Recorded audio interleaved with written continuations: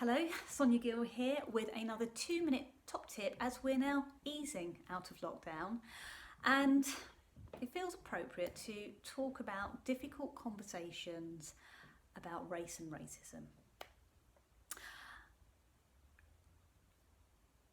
Conversations about race and racism are really hard.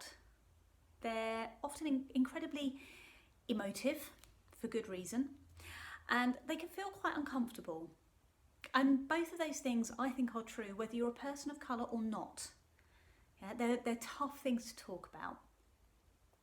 So my top tip is try to approach conversations about race and racism, if you're having them, with a mindset of curiosity. Now, the reason I say that is often these conversations can be very almost argumentative, defensive, whatever angle you're coming to the discussion from.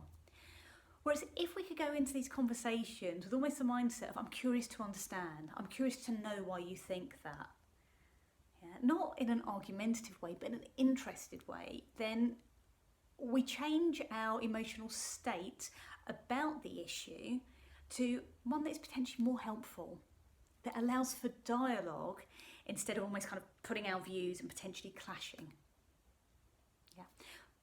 There are going to be people that we disagree with, and there are going to be people who we agree with. And I think the more curious we can be, the more we can open up the dialogue, the more constructive the conversations become.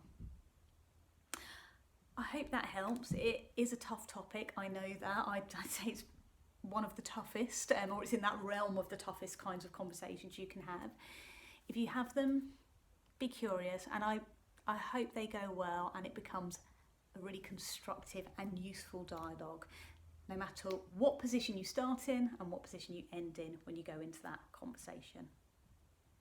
Good luck, and do stay safe.